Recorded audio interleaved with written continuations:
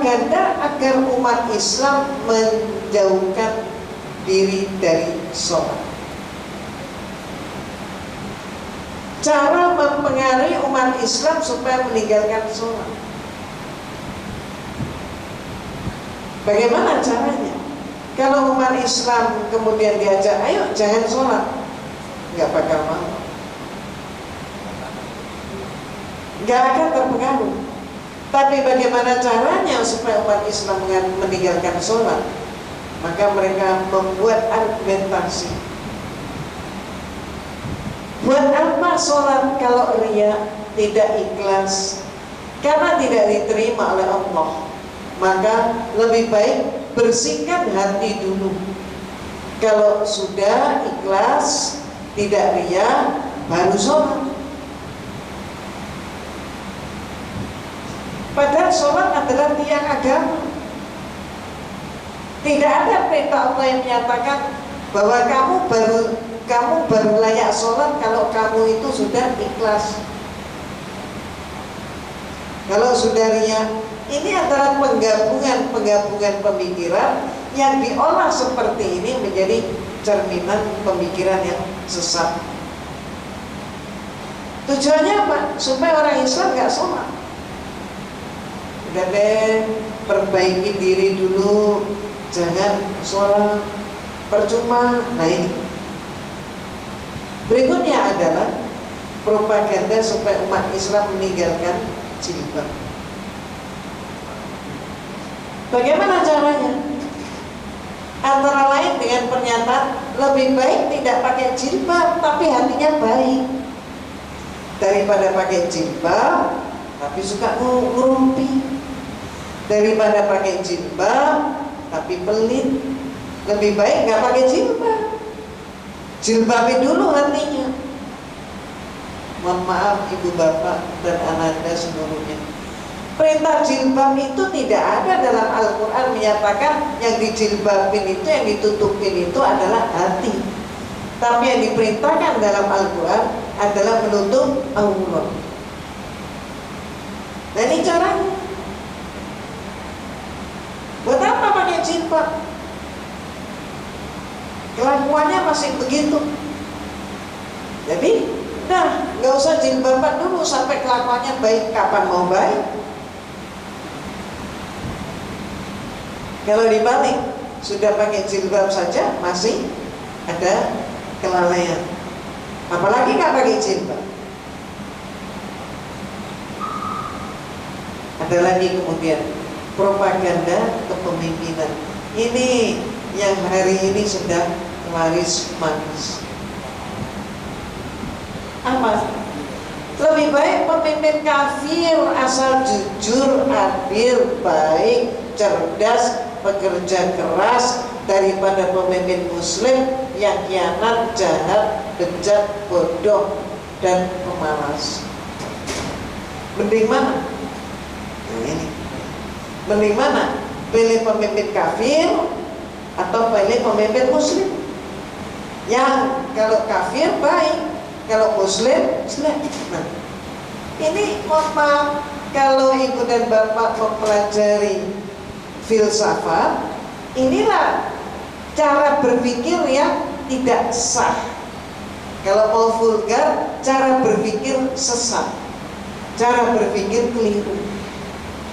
Kalau kita mau membandingkan sesuatu, maka bandingkanlah sesuatu dengan yang seimbang, yang setara. Maka ada istilah apple to apple. Kalau ini dua term digabung menjadi satu dengan kondisi yang berbalikan dan membuat konklusi dari dua term yang berbalik, ini tidak sah. Jadi kalau mau bandingkan, ayo pilih pemimpin mana, yang kafir atau beriman? Nah itu boleh. Yuk pilih pemimpin yang korup atau yang jujur, nah itu boleh. Tapi bahwa kemudian pemimpin muslim korup, kafir jujur, ini adalah pilihan yang tidak berimbang. Apa iya seluruh bapak-bapak dan ibu-ibu Ananda semua yang di sini ini kan muslim semua. Apa korup semua kita? Apa kita ini koruptor semua? Ya tidak. Apakah kita ini semua akhlaknya bejat? Ya tidak. Ini contoh. Jadi banyak sekali umat kita yang terjebak di dalam pemikiran sesat ini. Inilah tugas kita. Sementara Allah Subhanahu wa Ta'ala sudah jelas-jelas menyatakan orang Muslim haram memilih pemimpin kafir. Nah, sekarang kewajiban kita adalah di antara Muslim itu kita memilih yang beriman. Ibu dan Bapak yang dirahmati Allah, berikutnya yaitu propaganda politik. Bagaimana menyatakannya? Islam itu suci dan ulama itu mulia, sedang politik itu kotor. Karenanya jangan bawa Islam dan ulama ke dalam politik.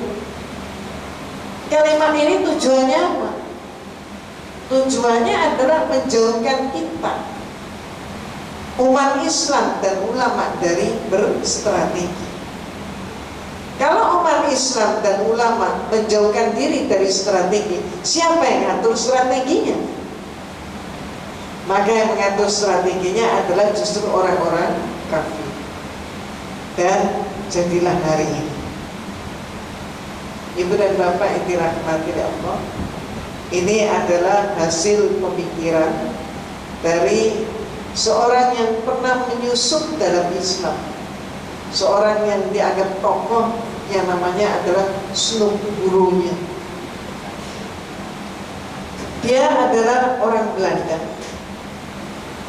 yang dikirim oleh pemerintah Hindia Belanda ke Aceh. Caranya bagaimana? Maka dia Belanda, Snoek gurunya, dikirim ke Turki. Orang Turki, kenapa dia dikirim ke Turki sebelum ke Aceh? Karena orang Turki dan Belanda ini bentuk tubuhnya mirip, tinggi-tingginya sama. Setelah sampai di Turki, namanya menjadi Abdul Ghaffar. Setelah dari Turki, maka agenda berikutnya adalah ibadah haji. Maka Abdul Ghaffar naik haji, beribadah haji, menjadi Haji Abdul Ghaffar. Setelah selesai haji, maka dia dikirim oleh pemerintah Hindia Belanda untuk ke Aceh. Kemana? Banda Aceh. Masuk ke Masjid Agung Baitur Rahman. Menjadi apa? Menjadi imam utusan dari Mekah. Ini dilabel begitu. Maka apa fatwanya? Fatwanya antara lain, satu, ketika Snoek melihat orang Islam mulai merambah masuk ke sektor ekonomi, orang-orang perantauan dari Padang banyak yang masuk ke Aceh berniaga. Orang-orang Aceh pun kemudian ada yang tertarik untuk berniaga, berbisnis. Maka kemudian Snoek menyatakan, hai orang Islam, Islam itu suci, umat Islam itu mulia. Untuk apa kamu berdagang? Semua pedagang itu pembohong, penipu. Barang dia beli 10 rupiah, dia jual 50 rupiah, ditawar 30 rupiah, dia bilang rugi, padahal belinya cuma 10. Jadi bagaimana? Ya sudah, yang berdagang itu biar orang kafir, tapi orang Islam jangan berdagang. Kalau begitu kami bagaimana? Kamu cukup berzikir. Akibatnya apa? Akibatnya sampai hari ini banyak orang Islam memilih menjadi pegawai daripada menjadi pengusaha. Ketika kemudian Snoek melihat bahwa ternyata orang Islam ini rajin sekali ngaji, dan kemudian mulai orang Islam di Aceh itu mulai menerjemahkan, mulai belajar pemahamannya. Maka kemudian Snud juga menyatakan, hai orang Islam, jangan sekali-kali kamu berani-beraninya membaca dan menerjemahkan. Kalau nanti salah bacaanmu, salah terjemahanmu, maka kamu masuk neraka. Jadi bagaimana? Ya sudah, ayat Allah itu hafalkan saja, tidak perlu kamu pahami. Akibatnya sekarang, jujur saja, masih banyak umat Islam walaupun dia paham suratul Fatihah, tapi mohon maaf, tafsirnya, pemahaman Al-Fatihah seringkali masih lompat-lompat. Ada yang begitu. Kenapa? Karena takut salah. Akibatnya apa? Hari ini kalau ibu dan bapak Ananda melihat ke pelosok negeri kita, terutama yang di pinggir-pinggir, masih ada orang sholat Jumat, imamnya berbahasa Arab, khutbahnya bahasa Arab. Akibatnya apa? Umatnya kagak ngerti. Ini seneng nih. Kemudian apa yang terjadi? Ketika dia melihat bahwa umat Islam, orang Aceh, mulai mendirikan kedai-kedai kopi, ternyata baik laki maupun perempuan, terutama laki-laki, minum kopi tidak di rumah, tapi mereka ke kedai. Terus ngapain mereka di kedai? Diskusi. Diskusi tentang apa? Termasuk politik. Wah, ini bahaya. Bahaya ini. Pemerintahan dibahasnya di kedai kopi, wakil rakyat dibahasnya di kedai kopi. Koran belum mencantumkan berita, kedai kopi sudah.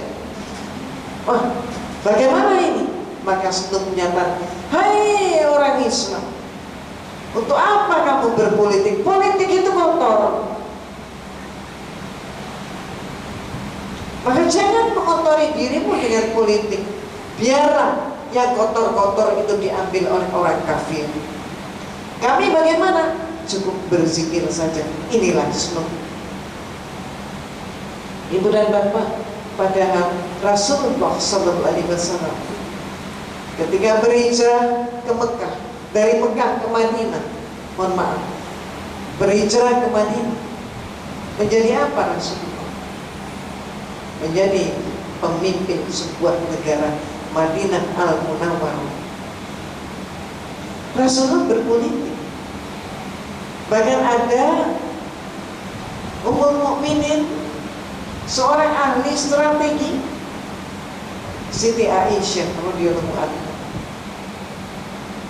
Kenapa kita terjebak dan tertipu? Inilah yang saat ini santer banyak sekali terjadi. Apalagi fitnah tentang penegakan syariat Islam. Bagaimana mereka lakukan? Syariat Islam lebih tepat diterapkan di zaman generasi terbaik para sahabat. Zaman sekarang, generasi umat Islam sangat lemah, sehingga tidak mampu menjalankan syariat yang demikian paripurna. Karenanya umat Islam saat ini jangan sibuk dengan perjuangan penerapan syariat, tapi harus fokus pada perbaikan diri. Maka itulah sebabnya ada upaya kemarin-kemarin. Upaya apa?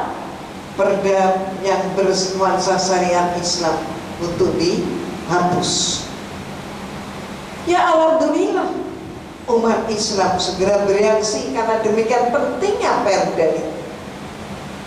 Untuk apa? Martabat umat Islam sendiri. Maka kemudian dianulir, dikatakan tidak ada perda syariat yang dihapus. Nah, inilah contoh umat Islam dijauhkan dari syariat Islam. Sampai-sampai kita melihat dengan seksama ketika negeri ini diguncang dengan berita-berita tentang pelecehan seksual, tentang pemerkosaan, bahkan pemerkosaan sampai merambat kepada anak di bawah umur. Sampai ada seorang pengusaha yang memperkosa sampai antara 40-50 orang anak, tapi dihukum hanya sekitar 3-4 tahun. Maka reaksi umat Islam demikian kencangnya. Lalu apa? Kemudian ditingkatkan hukumannya menjadi 10-20 tahun dan dikebiri. Loh, kok larinya kebiri? Padahal untuk kebiri itu setiap orang menghabiskan dana 80 juta rupiah. Berarti negara harus mendanai ongkos kebiri 80 juta rupiah. Dan sampai hari ini petunjuk pelaksanaan aturan itu juga tidak jelas. Tapi dampak psikologis orang yang dikebiri, malah orang itu cenderung untuk menjadi pendendam. Permasalahannya, kenapa tidak ditegakkan syariat Islam saja? Yaitu apa? Pemerkosa dirajam. Kenapa tidak ditegakkan syariat Islam? Rupanya syariat Islam saat ini banyak orang yang sudah Islam, mengaku Islam, tapi demikian tidak senang dengan syariat Islam, yaitu hukum yang dibuat oleh Allah Subhanahu wa ta'ala. Ibu dan bapak yang dirahmati oleh Allah, inilah keadaan yang sangat memprihatinkan. Kalau kita cermati dengan sesama, bagaimana keadaan kita saat ini? Al-Quran melarang menjadikan orang kafir sebagai pemimpin, walaupun itu kerabat sendiri. Mana ayatnya? Bisa dibaca di dalam surat Ali Imran ayat 28. Ya? Mohon maaf karena jam, kita percepat, silakan. Nanti ibu bapak baca di rumah, karena saya nggak ini juga. Mohon maaf karena waktu. Surat Al-Maidah ayat 51, Surat Al-Anfal ayat 73,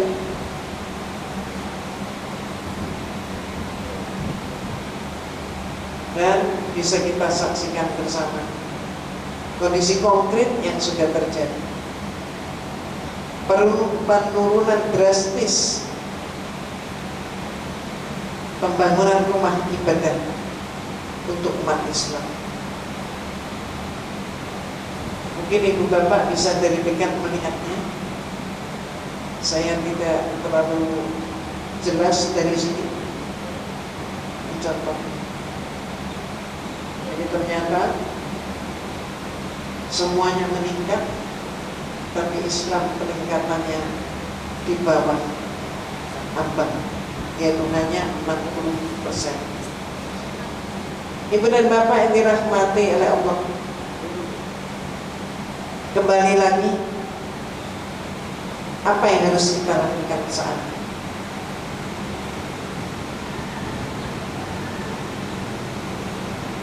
Yang harus kita lakukan saat ini adalah kembali pada tuntunan Allah Subhanahu wa ta'ala. Kalau kita masih juga tidak berubah, masih menyenangi buatan manusia, hukum buatan manusia, ya ini berbagai macam kepincangan yang sudah terjadi.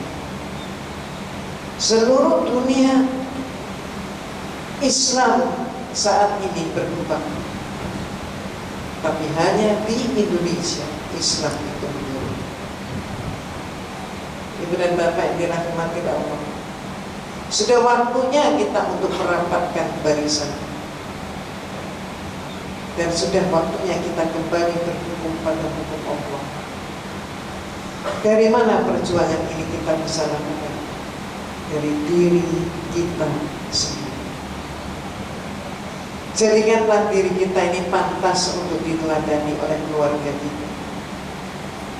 termasuk anak-anak kita. Bagaimana kondisi mereka hari ini? Kita bisa melihat ketika waktu sholat,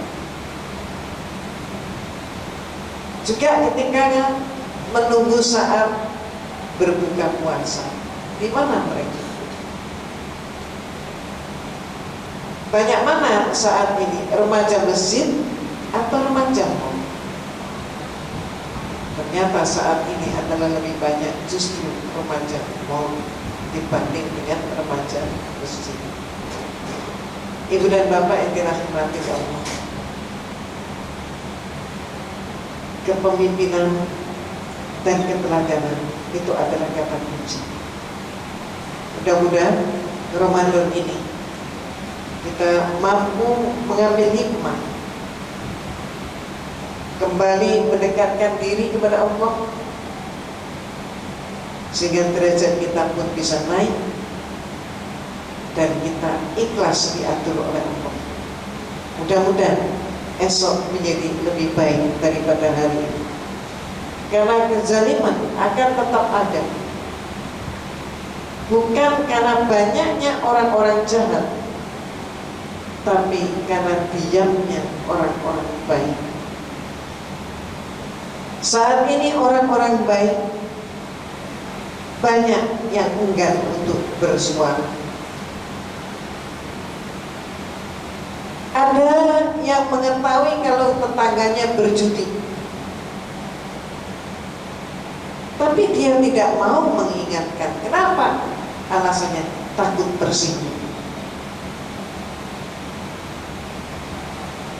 Ada yang tahu bahwa anak temannya ternyata mabuk,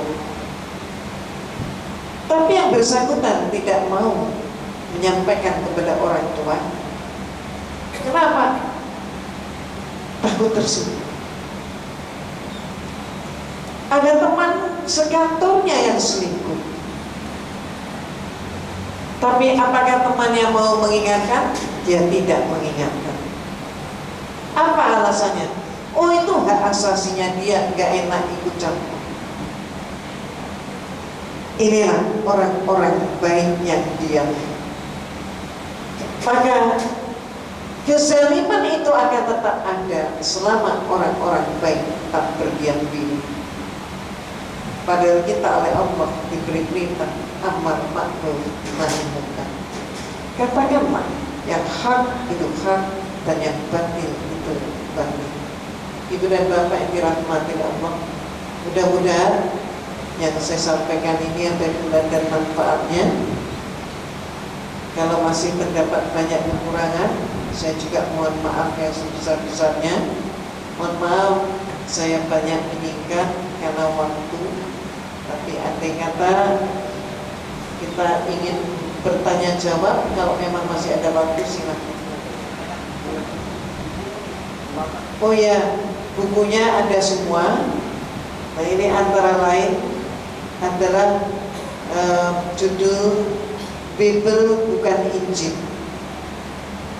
Dari buku itulah ibu dan bapak akan tahu, walaupun orang Kristen menyatakan di dalam Bible mereka itulah ada Injil, tapi Injil yang ada adalah Injil karangan manusia, karangan Matius, Markus, Lukas, Yohanes, bukan wahyu Allah kepada Nabi Isa. Maka judulnya adalah Bible bukan Injil. Apa isinya? Luar biasa. Ayat porno banyak, ayat kekerasan banyak, perintah perkosaan ada, pembunuhan ada, dan lain sebagainya. Dari situlah maka kemudian kita akan tahu buku yang dibawa yaitu perbandingan Islam Kristen. Samakah semua agama? Tidak sama. Di mana tidak samanya? Ada dua hal yang bisa kita uji: konsep Tuhan dan konsep tentang kita suci. Bagaimana konsep Tuhan dalam Islam? Tauhid. Bagaimana konsep Tuhan dalam Kristen? Trinitas. Samakah Trinitas dengan Tauhid? Tidak sama. Bagaimana konsep kitab suci? Al-Quran adalah kalam Allah yang tidak pernah berubah hingga akhir zaman. Kenapa? Karena Al-Quran adalah firman Allah yang maha sempurna. Tapi Bible, kitab mereka, adalah kitab yang selalu diedit, selalu direvisi. Lalu kemudian ada sebuah penelusuran ketika terjadi suatu pembantaian, maka judul buku itu membunuh dengan tersenyum. Semua menuduh pelakunya adalah Islam, tapi ternyata pelakunya bukan beragama Islam. Dan yang menarik juga, kenapa dia melakukan pembunuhan itu? Ternyata dia menyatakan dia diperintah oleh kitab suci. Mana ayat-ayatnya saya paparkan di dalam kitab itu. Kemudian yang sebelah bawah adalah DVD. Aku, kamu, cinta dan pergaulan. Apa yang dimaksudkan dengan cinta di sini? Dan bagaimana pergaulan itu dampaknya? Kita bisa melihat antara lain pada momen 14 Februari. Hari apa ini? Hari Valentine, yang disebut hari kasih sayang. Ternyata isinya adalah maksiat berkemas kasih sayang, bukan hari kasih sayang. Saya ungkap sampai meningkatnya kasus aborsi di negeri ini. Kemudian sebelah atas, waspadai pemurtadan paling kanan. Disitulah penjabaran bagaimana mereka memurtadkan, dengan apa aja cara-caranya, dan semuanya lengkap, termasuk diskusi saya dengan dosen saya ketika dosen saya mengajarkan tentang Trinitas, dan malam harinya saya mempelajari surat Al-Ikhlas. Mengapa saya mempelajari surat Al-Ikhlas? Karena setelah diskusi saya minta izin pada dosen saya mempelajari Islam dari sumbernya, karena menyimpulkan Islam dengan kondisi hanya Indonesia untuk mewakili dunia itu tidak memadai. Maka saya diizinkan mempelajari Al-Quran, tapi tugas bagi saya adalah mencari kelemahan Islam melalui Al-Quran. Dan ternyata yang pertama kali saya baca justru adalah surat Al-Ikhlas. Kenapa? Karena ketidaktahuan saya bagaimana cara membuka kitab suci Al-Quran. Esoknya saya mendapatkan kuliah Trinitas. Ternyata tidak sama semua agama. Itu kesimpulan saya.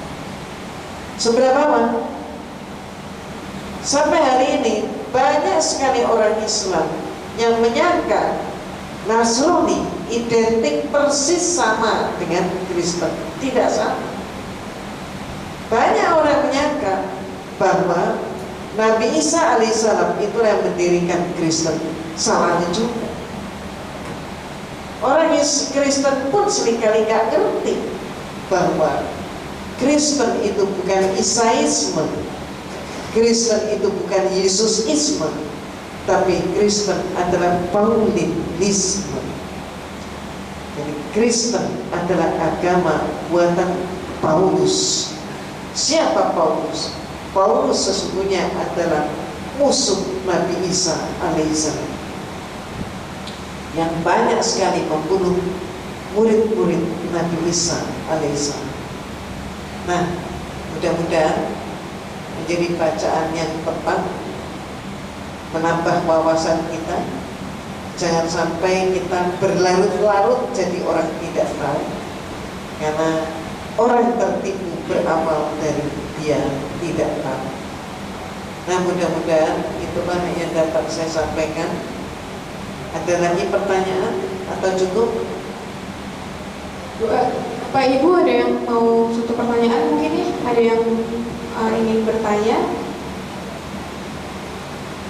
Dari ibu atau bapak?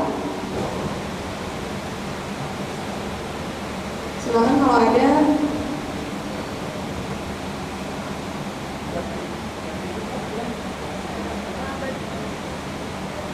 Di bapak ibu yang tertarik dengan buku yang tadi Maaf, ada satu dia Oh mau iya, tanya. silakan. Sebelah mana ya?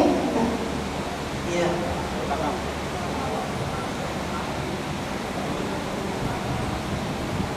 Ya, Assalamualaikum warahmatullahi wabarakatuh. Ini Waalaikumsalam warahmatullahi wabarakatuh. saya perkenalkan, nama saya Lili. Di sini saya tertarik sama dengan mualaf gitu, dan